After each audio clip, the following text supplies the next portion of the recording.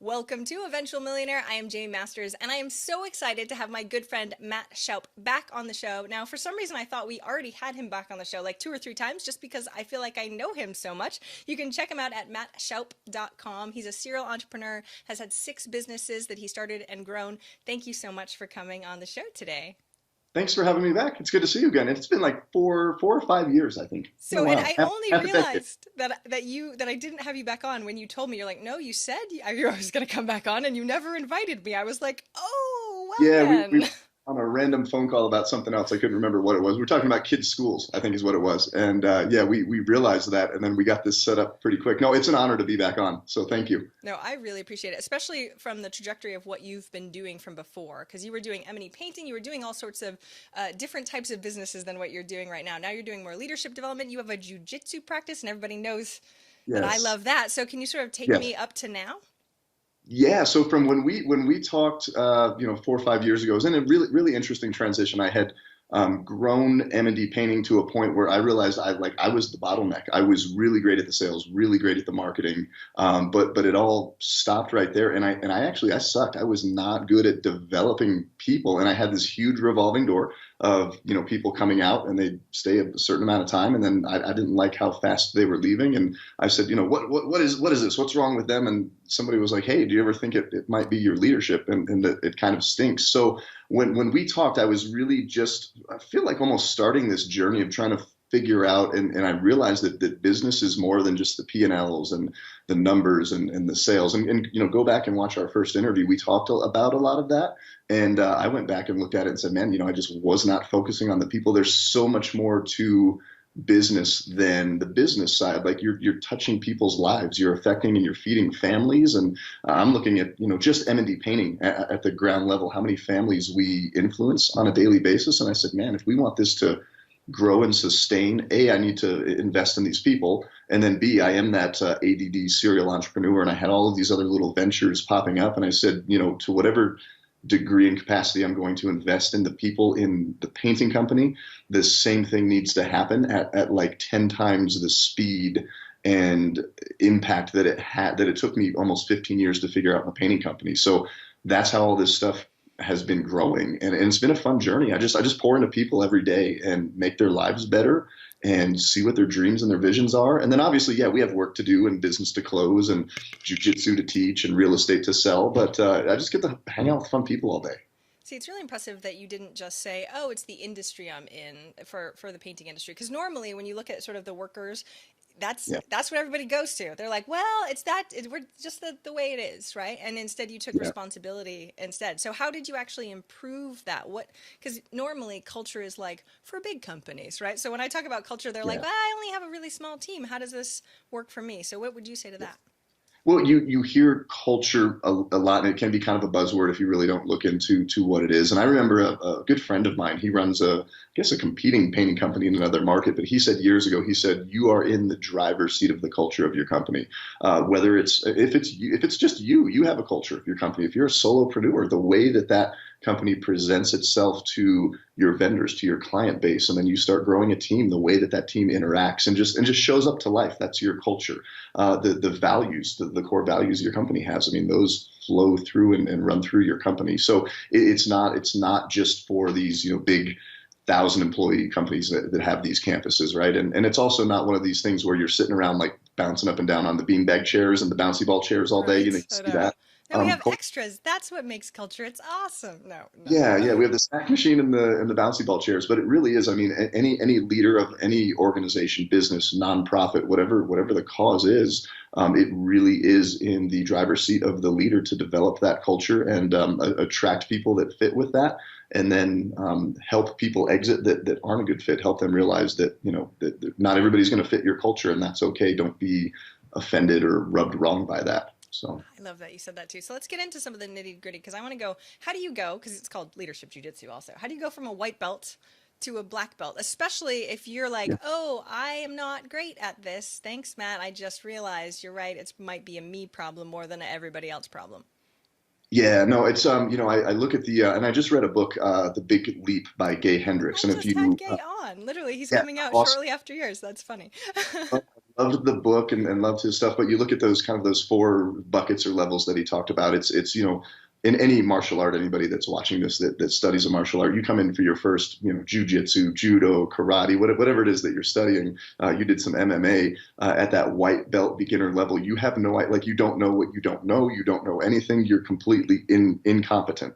But at least you know that you're incompetent, and so you're going to have this trajectory of, wow, I went from knowing nothing to having a pretty good foundation, and then that's just the journey. So in my leadership, I said I'm good at the business, but I'm not good at the people, developing the relationships. For me, it was taking somebody's personal life apart from the business and saying, how does this business and your role within this business really affect you personally, and how does this hit on your bigger visions for your family and your future? But yeah, the white belt to black belt is, you just get out there. It's the 10,000 hours. And I've spent 12 years practicing jujitsu myself. I'm a brown belt, been a brown belt for a couple of years. I'm not even a black belt, but I feel like the people I speak to that get to that point where they've really got it hitting on all cylinders, and they've gone from incompetence to competence, and then that level of excellence, when you can just do it free flowing. There's still that level that's, I feel like 100 light years past that. So I feel like I've just got a handle on it, and now you just practice and refine every day. For me, a lot of it was just dropping the pride, right? I'm just, as entrepreneurs, right? And, obviously I'm in combat sports. So like, we get prideful and we don't want to fail. We don't want to embarrass ourselves, but just being able to say, yeah, I screwed that one up, and that was my bad. That was a big thing for me. It took me a while to just be okay with saying that. So. Okay, so there's so many things that you just said that I want to highlight. So one, that it took 12 years to be a brown belt. And I don't think in business we're like, we want it in 3 months. 3 to 6 months is my trajectory to get better at this, right? And for the people that are white belts in leadership and are barely recognizing that right now, I know we used to joke at our dojo that the white belts were the most dangerous, right? Because they had no Mhm. control, and you'd Nope. get more hurt from a white belt than you would from somebody that actually knew what they were doing, right? And so I feel like business Yes. owners are like that too, where they're like, oh, I have a team, and this is just the way I am, right? And they don't even know what they don't know, and so that they can cause chaos on their team without even realizing it. So what are some of those things that they can do to do damage control and admit, I guess, like you said, get rid of that pride and admit that they might be doing something that might not be good? For me, it's, and when I was at that level in business, and also I remember being just being the crazy white belt in jujitsu, hurting myself and others, just unintendedly. You just don't know. Is it having people in my life that were able to have a position to speak into my life, to say, Matt, have you realized that you get really pissed off really quickly whenever something doesn't go your way, and you just, I'm a high D, so you steamroll people, you scare people. And I said, what do you mean? I was smiling. What are you talking about? They're like, no, you're very intimidating and aggressive. And have somebody in your life that, whether they're in your business or not, that can just speak into that, that can give you that perspective. Because when you get the business blinders on and you only know one way, and you don't know that there's 10 different options, you just don't know. So for me, it was having people tell me that, saying, hey, you need to, why don't you try it this way next time, see how it goes. See, there's not a lot of times that people are willing to say that to somebody who's the boss, whether it be internally or your wife or husband, right? They're like, oh, by the way, you're doing something completely wrong. Constructive criticism is always an interesting thing. But I say this to my clients so often because I don't even think they have no awareness of what they're doing to their employees. There's a great TED Talk that I'll link up to that, of course, I can't remember the name of, but it's about not scaring your employees.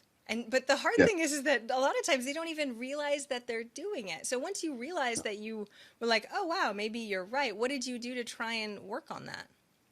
Yeah, for me, it was first having that realization. I was so thankful when somebody told me this, and I'll share another story too about my jujitsu journey. But it was along that same lines. Actually, just let me share because it ties in really well to the point. Is when I got bullied growing up, so got into weight training, thought that was going to help me be big and tough and strong, and then may have gotten beat up one night, and I may have been consuming alcohol when it happened. But I figured out that, hey, jujitsu is going to help me defend myself. But I was this super just aggressive, and I mean, I just grab you and just try to strangle you. There was no smoothness. And about a year and a half ago, a guy that's trained jujitsu twice as long as I have, he pulled me aside and he said, hey, Matt, like, he's intimidated. Like, I'm intimidated by him. He is a big, strong, scary guy.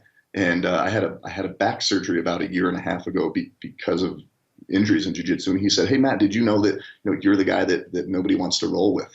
You're the guy that, and nobody will tell you that. Not only are you the big crazy, and this is not at white belt, blue belt. This is at high levels. People don't want to roll with you because you just try to murder them all the time." And he said, what would it look like if you rolled the complete opposite way that you do? And I was like, man, I was so thankful. So the point I was getting at, that he pulled me aside and told me that.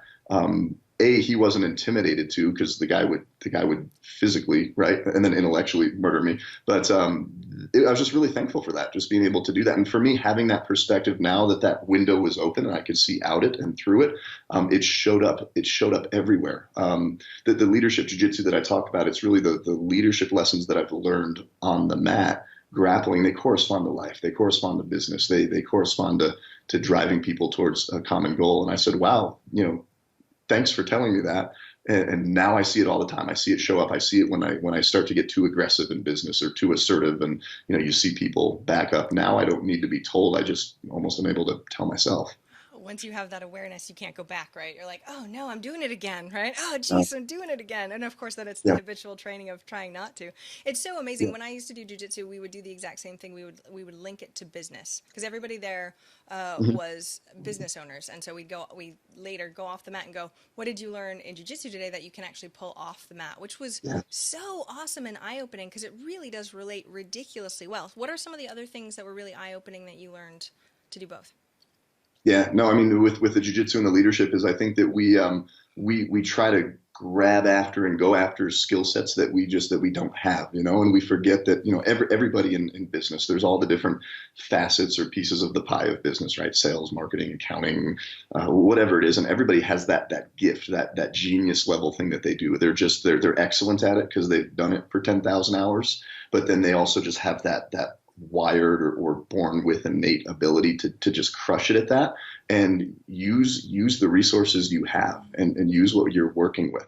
So when I train, I train my daughter. She's 8 years old, and she's small, she's fiery and feisty, but I go, use your technique. You're not your brother's size, so don't try to be something that you're not. Don't try to grasp at resources that you're not naturally inclined to just possess, or it's just not your skill set. So I see in business that I think Gary Vaynerchuk says this, right? Triple down on what you're good at, and don't try to be anything else that you're not.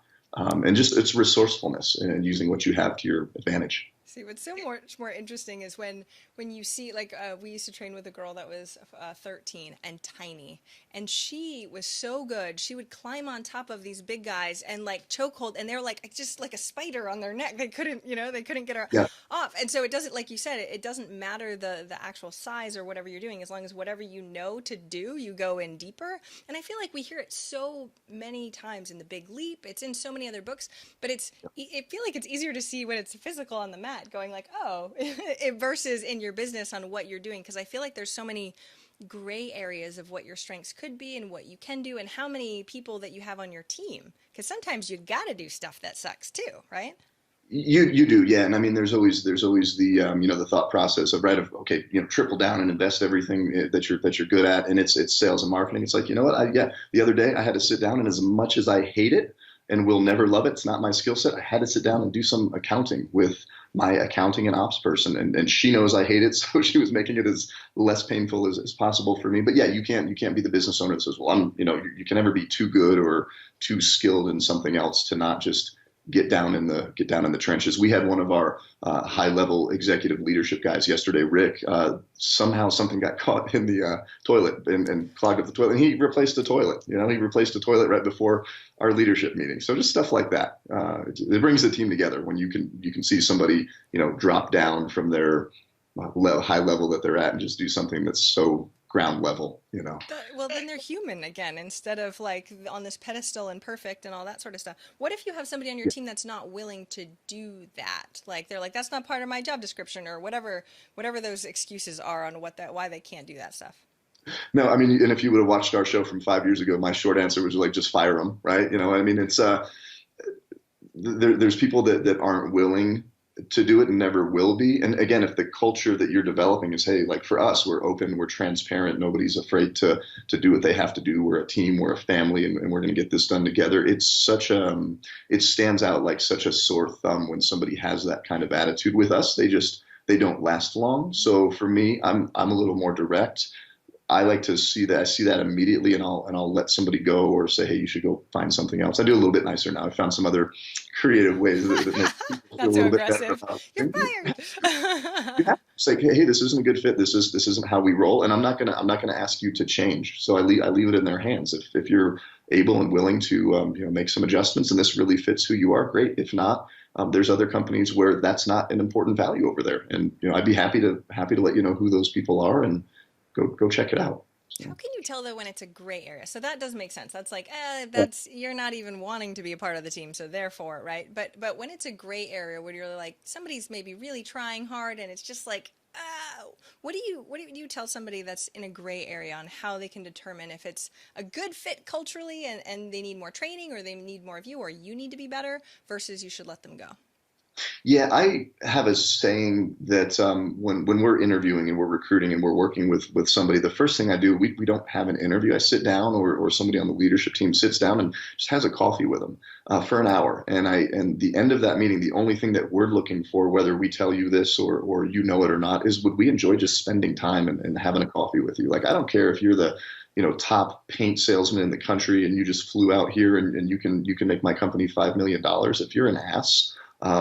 And if you bleep that out if you need to, but if you're just a jerk, Yeah. and I didn't enjoy my time with you, then there really is no gray area on that. So we've got a team member. He's actually stepping up within the company, and when we first met him, he knew absolutely nothing about painting, about the industry.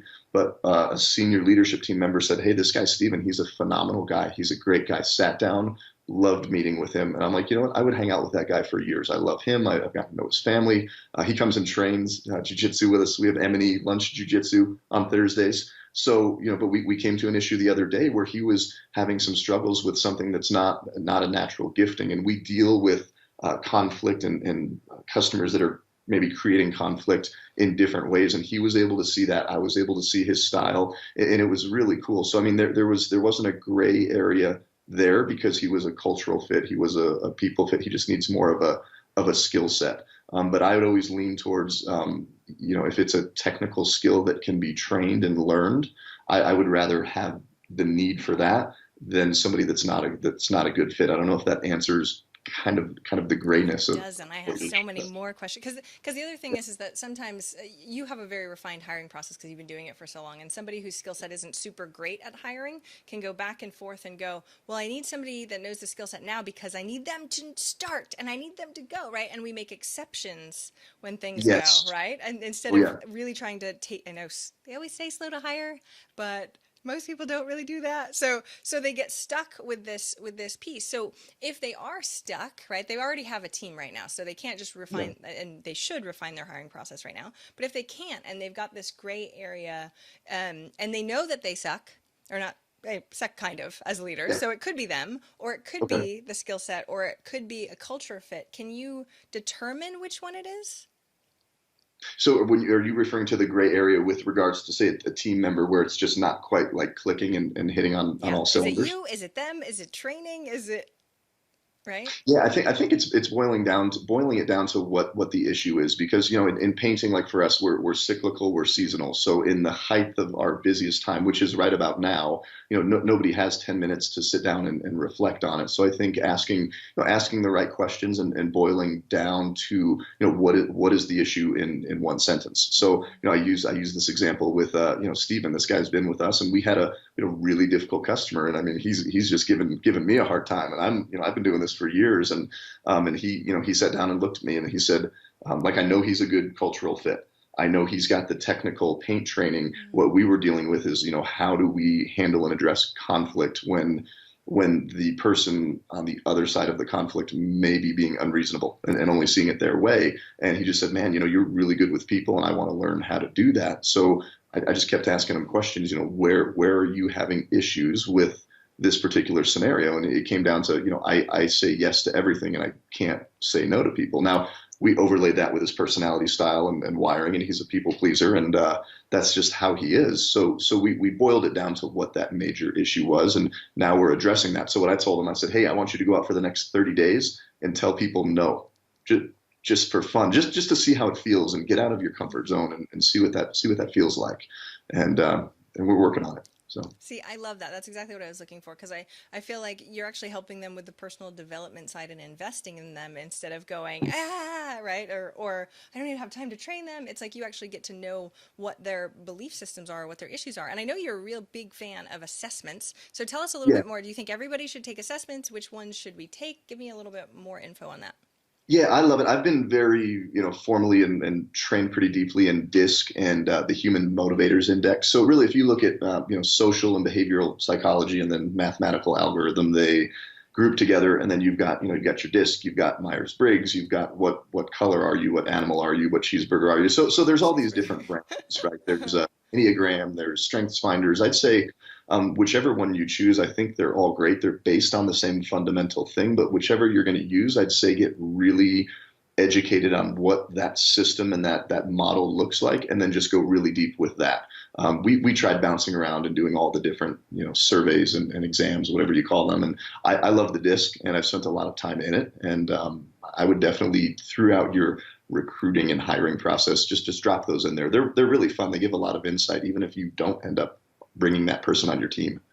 I really appreciate the level of depth that you're saying because I think because it's a quiz model and we're sort of in the quiz era, right? Everybody's taking quizzes for something. You just assume that that one little sheet is everything. Oh, okay, great. That's Yeah, it. But even Colby Index, like everything can go yeah, into so many nuances and you can learn so much about each other based on that stuff. That the little thing that you get on the free profile thing isn't always enough.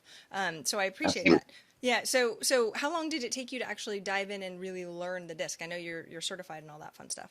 So the first time I took a disc profile was 2007, and I'm a big Dave Ramsey follower. I love all his stuff, and we went to his Entree Leadership Conference. So he sent it out and said, "Hey, take this," and I took it, got the results back, and I'm reading this, and it's saying you're very aggressive and very assertive, and some people will find you to sometimes be mean, and you always need to be right. And I'm reading this like, oh my gosh, it was like all my dirty laundry and my deep dark secrets. So I give it to Emily, my wife. She reads it, and then she gives me hers because we did this together. And I'm laughing at it because I said, "How the heck?" I answered like 12 questions. How can you tell me so clearly about myself? And then since then we would just continue to implement that. So the past 12, 13 years, I've been paying to use these in my company. And then about 5 years ago, I went out and just went through a formal certification. But it's like anything. Like I have my real estate license, right? Nothing on that certification that I have has anything to do with real estate. It doesn't make me a good, bad, or indifferent realtor. It means I passed a test.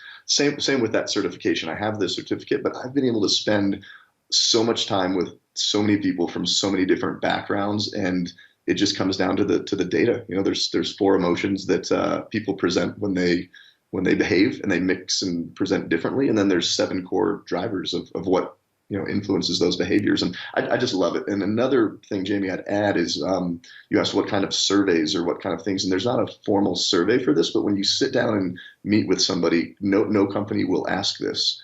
And people are surprised when I ask this, but I just say, what's your vision? Why do you exist in one sentence? What's your purpose here? And most people can't answer that, but you get them thinking about that. What is your vision? Paint a picture for what your life and family looks like. Tell me about your family. Tell me about your hobbies. There's just too much of this. What are you going to do for me? What am I going to pay you? Transactional business going down, and it's like you're gonna. I've got a couple people celebrating their 10-year anniversaries this week, in like a decade, feeding you and your wife and your three boys, and my other team member, he just got married. They have a baby on the way. Like that's serious for me. It can't just be all about business. You actually care. Who knew? And that's everybody listening, I'm assuming, is one of those care kind people. But it's funny looking at my mom. I've talked to my mom before. She was a secretary. She worked at a job. She hated it. Like hated it. But it was because of the culture and the people. She's still a secretary now. She loves her job. She thinks it's the That's best thing in the entire world. And the fact that you can do the same skills but have a completely different view of a company is that caring. She knows she's actually cared for. So how do you yes, suggest, especially as a very busy business owner, how do you suggest we remember how to talk to these people? So if you've had them yeah, take the disc, you're like, okay, I know what type they're like, and I know yeah, I need to potentially talk to them better. But I feel like it's a communication thing where you're like, oh, yeah. they perceive everything I'm saying completely differently than I'm saying it, right?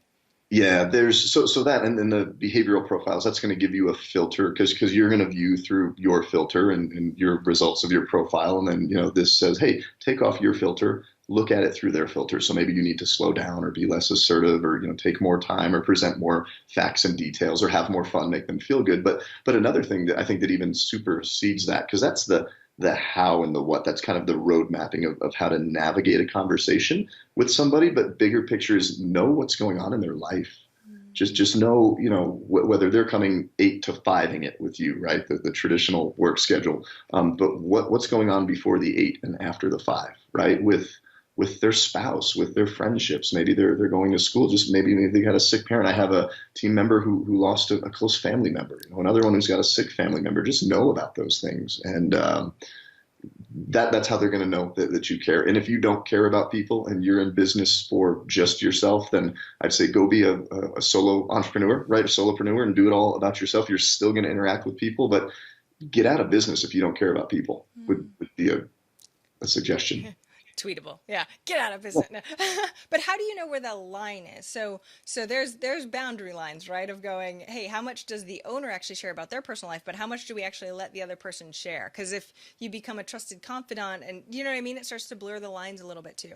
No, no, it does. I actually just sent, and I'm sending my leadership team through a process called a life plan process. It's a 2-day facilitated engagement where they literally paint their life out on paper, and I've gone through it. I was actually considering getting certified to do it, and I go, there'd be a conflict of interest there. That's too much information. So I let people share as much as they like to share. I have some team members. I mean, they're calling me every day, spilling their beans and their emotions. That's just how they are. And then some they're a little bit more reserved and they'll only get so close. And I think it matters. So for me as the leader, I always say it's up to me to set what that culture is. I'm very open with my team about what I've got going on. And then there's some things where I say, this is none of your business. Matt, you look like you're pretty frustrated with some things. They go, yep, want to talk about it? Nope, it's none of your business right now. And they know that. And we have that ability to engage deep if we'd like, but then also those boundaries to say, no, we're not going to go there. And it's different within all companies. And I've got a big spectrum of team members where some share way more than others. And that's okay. It's great. It's all great.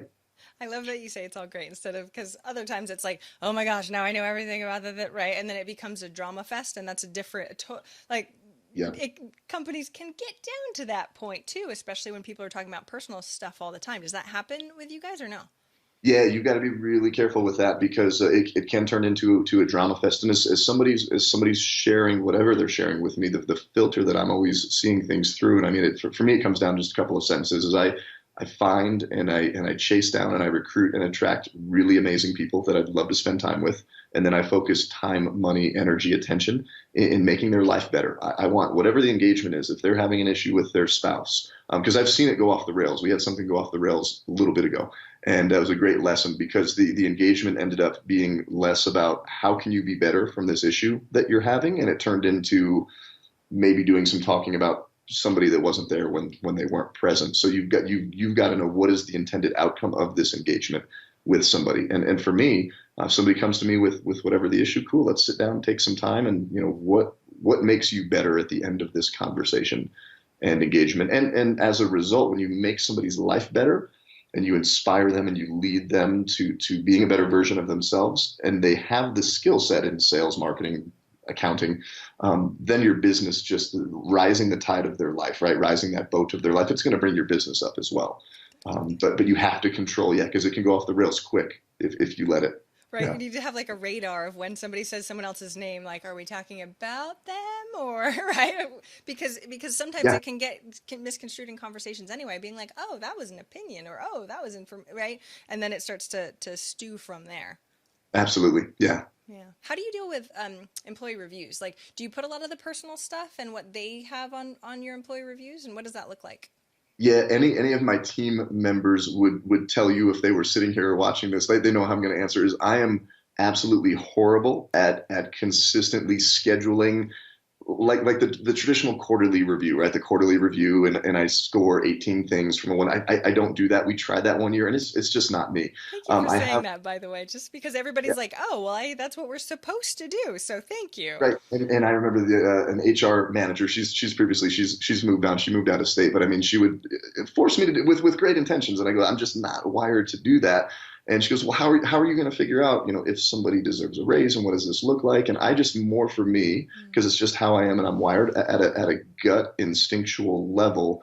I just feel when somebody's ready for a raise. And I know, like I said, Stephen, we talked about him, great guy. I know what he's working on right now. So every engagement I have, how are we building him up in that? Kevin, I know what he's working on. So same thing, but they're really sporadic. I drive a lot of HR professionals that are trying to rein that in. I drive them nuts because I have no rhyme, reason, method. But I would also say that if you asked any of my team members right now, I don't think any of them would say, "Man, I'm due for a raise," and Matt doesn't have a ping on that part of the business. How do So. you work on employee development then also? Do you like and how much you converse with them meetings wise? Because if you're like, oh, they can sort of ping me whenever and we can just be talking about their personal development all the time. How are they just not going into the personal development, fun, awesome, trying to get better at things, and you not really know where the gap is, or if they've closed that gap, or if they're just going extra somewhere that you don't think that that's necessary, right? As far as the business Yeah. time and the hours go. Yeah, what we do once a week, and I think this is really important in any business, any size. If it's you and your spouse and you're running the business, or you and your dog, like have a weekly meeting with your dog. We have a leadership meeting. It's every Tuesday, and anybody that's in Northern Colorado, if you ever want to drop in, it's open invite for other entrepreneurs. Tuesday, 2 p.m. Leadership Jujitsu meeting. So we get together as a company. We do a very structured check-in. Is what is a one-word barometer of just how you're doing today, and that sets the tone. Okay, we've got a bunch of people that are either tired, inspired, pissed off, worn out, and it's different. So you have to gauge that. And then we ask, what was your biggest lesson that you learned last week? How are you better this week over last week? And what is your biggest challenge that you're currently facing? So we put it all down on paper. And then from there, we go, hey, 6 of us are really dealing with how to deal with constructive communication during conflict. So then the next week we'll train. So we do about a 30-minute check-in. We review our metrics and our stats. And then that last 45 minutes to an hour, either me or one of the other team members, we're teaching on leadership. So that's going to cover the leadership and the personal development. But then, somebody on the sales team may say, hey, our ratios are dropping. And then we turn that into sales training and more technical training. But I think the short answer is you have to cast the line out and see what you're pulling in from the team and see where they need the work. Wow, so it's ongoing employee development, sort of a back and forth constantly, so you can sort of navigate the ship a little bit easier. That's awesome. Yeah.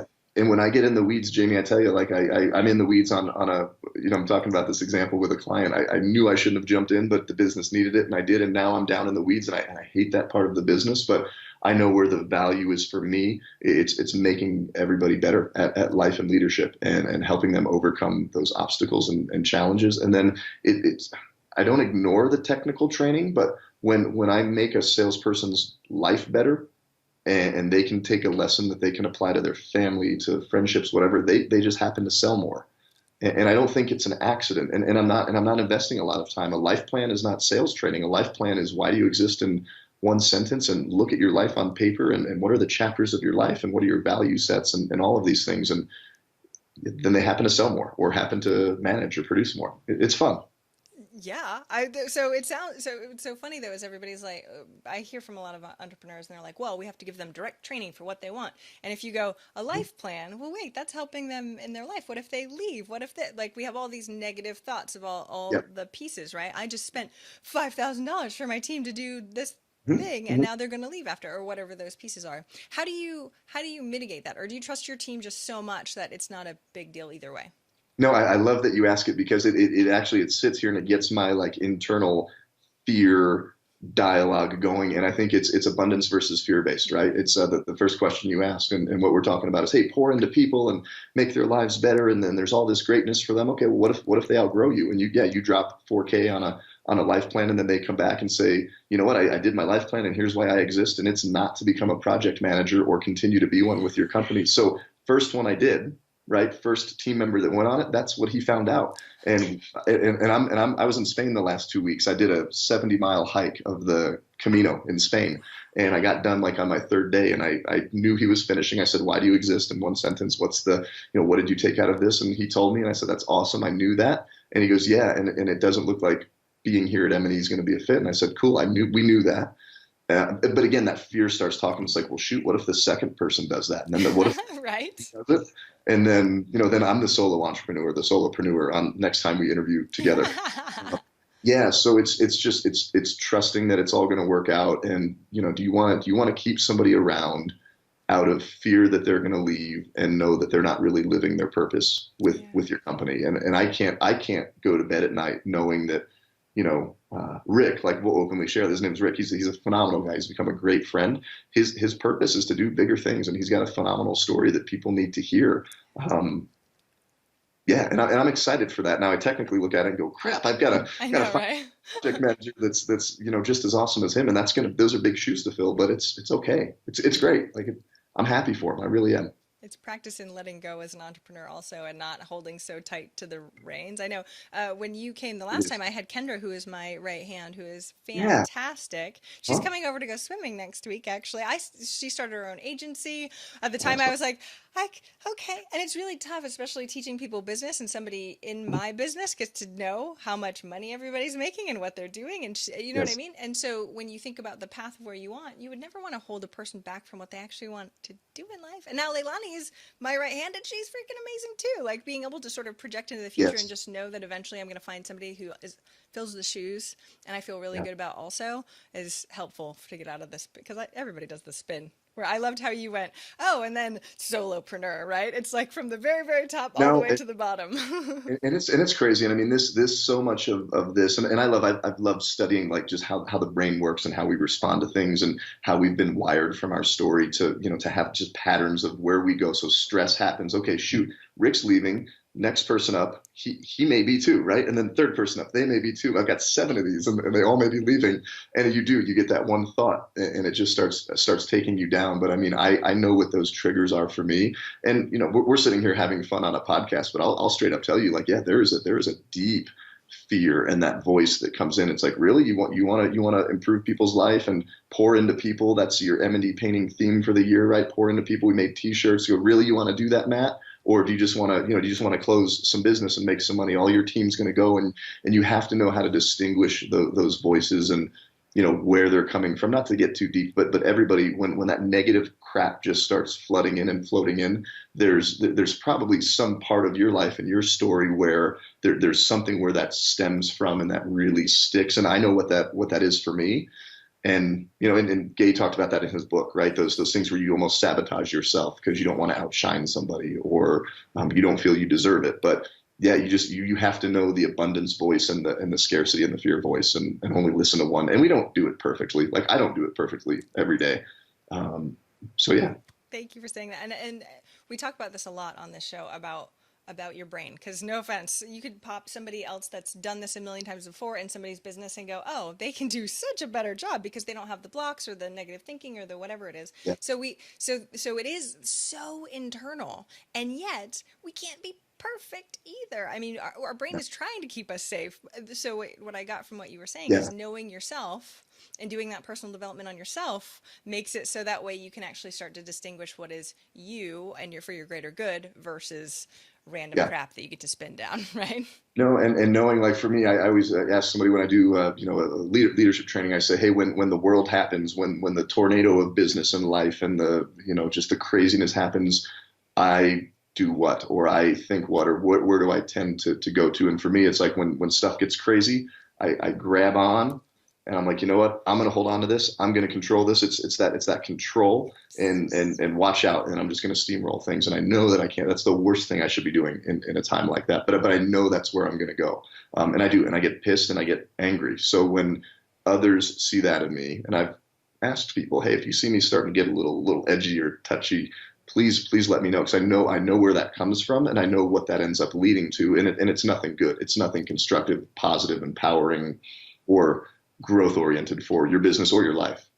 And it's habitual though, so it's way harder to get off that train that's already moving. You're like, no, that's my pattern. I'm so used to going down this path. So having people be able to call you out on the awareness side is huge because Yeah. sometimes we don't even realize we're going down that path until we're already there and going, I mean, I do the same thing. I'm like, oh, I am stressed. I guess you're right. Didn't really pay attention beforehand, but I'm like this. So that, you know what I mean? Yeah, Like no, it's so harder in the bottle.